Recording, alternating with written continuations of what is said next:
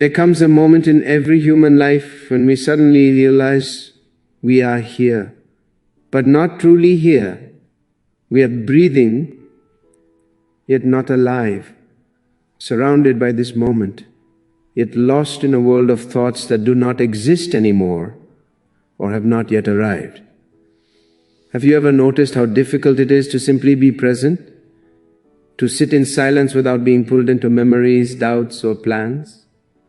It is as if the mind has become a restless traveler, unable to rest where life is actually happening. Right now, you are not alone in this. Millions of people wake up each day and miss the very life they are trying so hard to live. Not because they are weak, not because they lack discipline, but because something deep within us has been conditioned to escape the present. And today we will uncover the real reason why. If you stay with these words until the end, something within you may shift. A door may open. A clarity you have been searching for may begin to shine. This is not just a speech, it is a mirror, an invitation to meet yourself in a way you may have never experienced before. So take a breath. Let your shoulders soften and allow the noise of the world to fade for a while.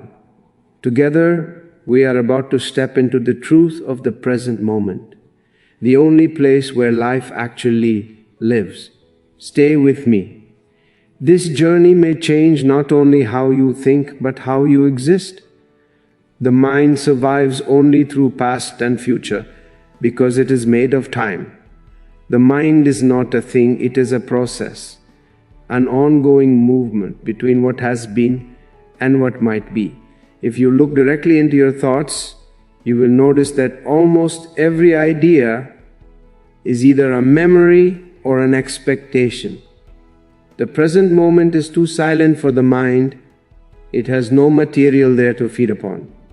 The past gives it identity, and the future gives it hope. Without this continuous movement, the mind begins to lose its boundaries, and that creates fear. The past is a collection of impressions, wounds, pleasures, and successes. It becomes the foundation from which the mind builds a sense of me. You remember your name, your story, your relationships, and all these memories give you the feeling of being someone. The mind holds on to them even if they are painful, because without them it feels empty. The future, on the other hand, is a projection. It is a dream, a possibility that keeps you moving, striving, and desiring. The mind uses the future to escape the dissatisfaction of the past. It tells you that tomorrow will be better, that something is coming, that fulfillment is waiting ahead. Between these two movements, looking back and running forward, the present moment is lost. The now is not something the mind can manipulate. It cannot change it, improve it, or control it. The present simply is. There is no space for the mind's ambitions in it. That is why, whenever you try to be present, the mind immediately pulls you away. It whispers about unfinished business or reminds you of something that once happened. The mind needs time in the same way that fire needs fuel. Without past and future, the mind has no life. The ego cannot exist in the present moment because it is a creation of psychological time. The ego is not your true being. It is an accumulated image constructed from everything you have experienced and everything you hope to become. It is a story you tell yourself about who you are. This story needs continuity, and continuity is only possible through past and future. In the present moment, there is no story, no narrative, no identity to maintain, and that is why the ego feels threatened by the now. When you are fully present, there is only awareness. There is no name, no history, no ambition, no comparison. The ego finds this unbearable because it dissolves in that silence. The ego depends on recollection. It says, I am this because I was that. And it dreams, I will become great, I will be recognized, I will be more than what I am now. Notice that both movements are outside the present. The ego thrives either on pride or on regret, on desire or on fear, but never on simple being. If you observe carefully, whenever you feel the sense of I, it is always connected to a memory or an expectation. You say, I am important, I am hurt, I am successful, I am a failure. All these are labels created by thought. The ego needs these definitions to feel real, but the present moment does not support these definitions. It is pure, direct, immediate. When you are deeply present, you do not think about who you are, you simply are. There is no effort in that state, no tension, no psychological weight. That is why the ego continuously pulls you into thoughts. It distracts you because if even for a single moment you become fully aware, the ego disappears, and what remains is a silent, untouched, and vast consciousness beyond the limits of identity. We are addicted to thinking because the mind has become a constant companion, a background noise that never stops. Most people do not think they are being thought. Thoughts arise on their own, one after another, and we are pulled into them as if we have no choice. This ongoing mental chatter creates a sense of familiarity, and anything familiar becomes comfortable, even if it causes suffering. Silence, on the other hand, feels strange, almost unsettling, because we have spent our entire lives surrounded by words, ideas, judgments, and interpretations. Thinking gives us the illusion of control. It feels as if by constantly analyzing, planning, remembering, and imagining, we are shaping our lives. But in reality, we are being carried by a stream of thoughts that rarely allows us to rest. From childhood, we are trained to value thinking above being. Parents, teachers, and society reward logic, planning, and mental effort, but no one teaches us how to sit quietly and simply observe. Slowly, thought becomes not just a tool, but a prison. We become dependent on it the way some people are dependent on noise to avoid the discomfort of hearing their own inner world. If for a moment the mind becomes quiet, we feel uneasy. We look for a distraction. Our phones, music, conversations, anything that keeps the mind engaged. We cling to thinking because it creates a sense of identity. Without thought, we do not know who we are. Our opinions, our memories, our beliefs, our judgments all form the psychological structure we call me. And because we fear losing this structure, we avoid silence. This addiction to thinking keeps us from experiencing life directly. Instead of seeing reality as it is, we see it through the filters of thought. The world becomes a reflection of our mind, not a living, breathing moment happening right now. Society conditions us to chase tomorrow, because from the moment we are born, we are taught to become something rather than to be who we already are. A child is rarely accepted as complete. Instead, the child is seen as a project, a seed that must grow into a successful adult. The message is repeated in countless forms: perform well, achieve more, improve constantly. Only then will you be valuable. This idea becomes the foundation of a restless life. We learn to measure our worth by our goals, our productivity, and our future accomplishments. The present moment becomes a mere step towards something else. And because of this, we keep postponing living. Schools encourage competition, rewards and punishments shape behavior, and ambition becomes a virtue. We are told stories of greatness that await us, always in the future, never here. Work hard now so you can enjoy later is a phrase heard so many times that it becomes a belief. But later never arrives. It always hides behind another goal, another milestone, another dream. Society praises those who are busy, who are constantly striving.